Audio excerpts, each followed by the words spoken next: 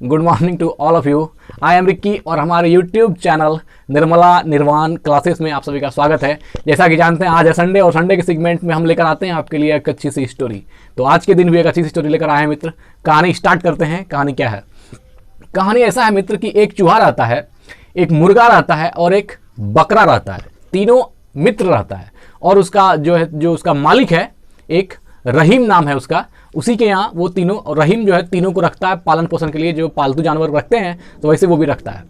तो चूहा घर में बहुत ज़्यादा उछल कूद करता है और रहीम जब घर आता है तो चूहा देखता है उसको कि ये लेकर के आया है। कुछ अच्छा चीज़ अगर लेकर आया है तो चूहा उस पर निशाना लगाता है कि कब मौका मिले जो हम उसको दबोच लें। तो इसी क्रम में क्या होता है कि रहीम एक दिन शाम को मार्केट से आता है तो चूहा देखता है कि थैले से सारा सामान निकाला गया, उसमें से एक बिस्किट का पैकेट भी है। उसको लगता है कि अब तो चलेगा।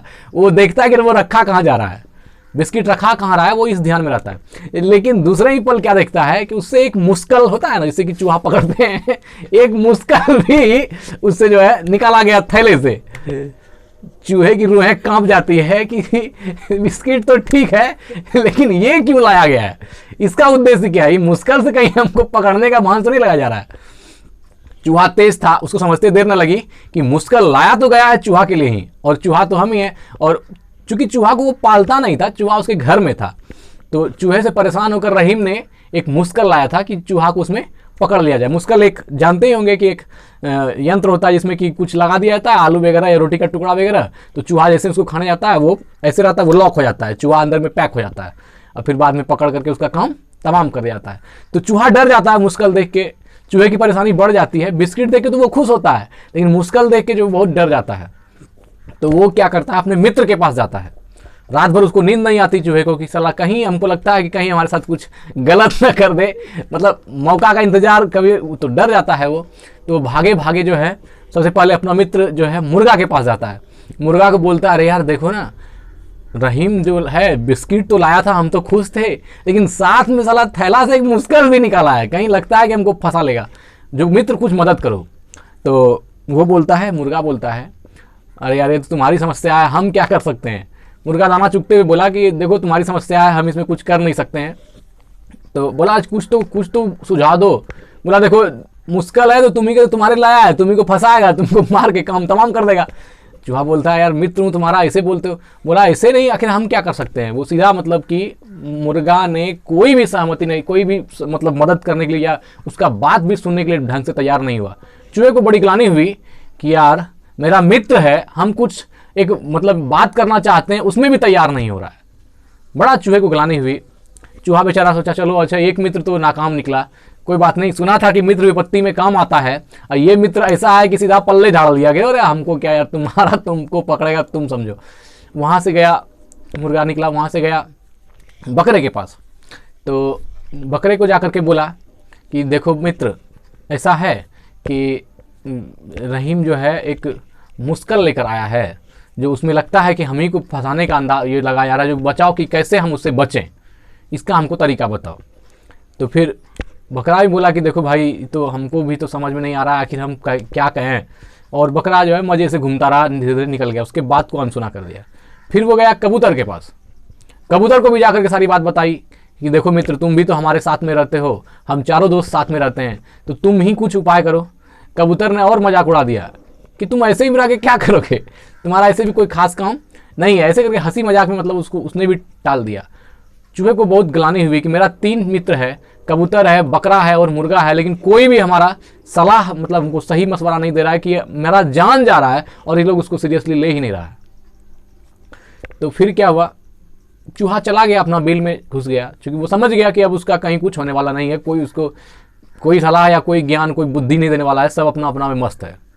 चूहे को बहुत चोट लगी, चूहा चला गया, अपने बिल में छिप गया जाकर के। बस क्या हुआ इसी में मित्र, एक दिन जो है उस मुश्किल में रात के 10-11 बजे या एक मुश्किल में खड़ाक से आवाज़ की। वो जो मुश्किल लगा के रखा था वो खड़ाक से आवाज़ किया। बकरा, कबूतर और मुर्गा तीनों वहीं पर था। सबको लगा कि चूहा फंस गया, काम उसका तमाम हो गया। रहीम को भी लगा कि आज हम सफल हो गए, चूहा फंस गया।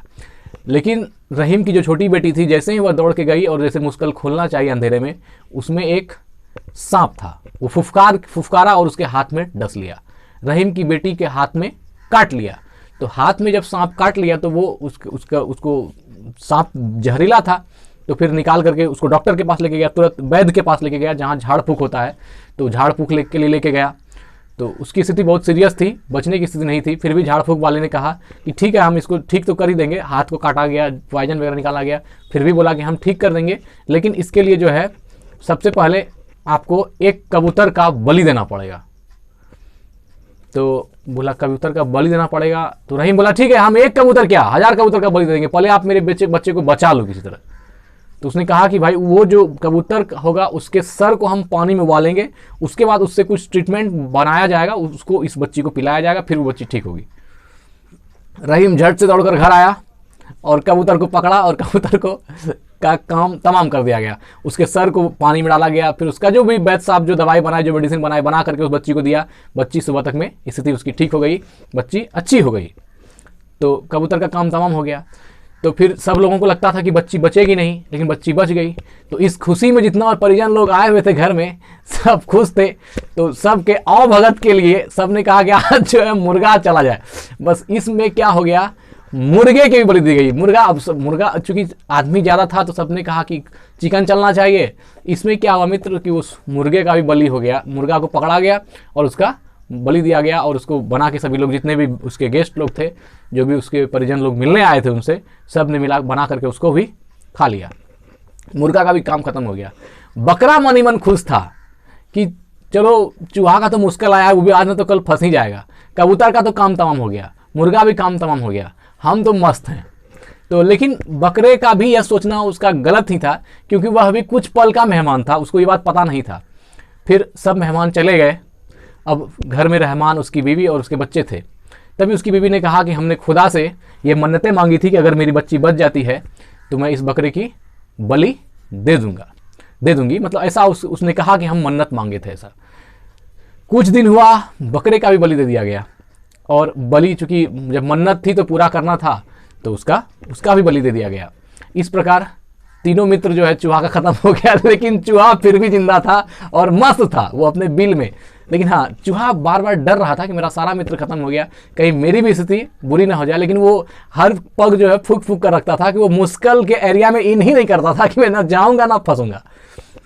तो मित्र, कहानी से क्या सीख मिलती है कि जब भी विपत्ति होता है तो मित्र की मदद करनी चाहिए। ये अलग बात है, हर संभव प्रयास करना चाहिए कि हमसे जितना हो सके हम जरूर अपने मित्र का हेल्प करें। नहीं हो पाती है वो अलग बात है, लेकिन प्रयास होना चाहिए। और किसी समस्या को, मतलब दूसरे की समस्या नहीं समझना चाहिए। अगर हमारा मित्र है तो हमें उसको भी अपना समस्या, दूसरे की समस्या को भी अपना समस्या माननी चाहिए। आखिर मित्रता क्यों होती है? दो भावनाओं का प्रेम होता है, दो आदमी का विचार एक जैसे मिलते हैं, फिर वो एक मित्र बनते हैं। और जो नॉर्मल लाइफ है तो सभी जीते हैं, लेकिन परिस्थिति में, कठिन समय में ही मित्र के काम आता है। और अगर उस समय भी मित्र काम नहीं आता है तो मित्र भी नहीं है। क्योंकि रियल जो परीक्षा होती है मित्र की वहीं पर, कि जब हम किसी हम अपने लिए तो सब देख लेता है कि हमारे लिए क्या मित्र हमारा कितना मदद करता है, लेकिन ये भी सोचना चाहिए कि हम भी मित्र के कितने मदद करते हैं।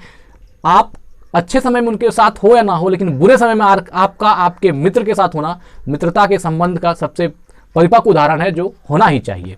तो ठीक है मित्र, कैसी लगी कहानी बताइएगा कमेंट बॉक्स में। धन्यवाद।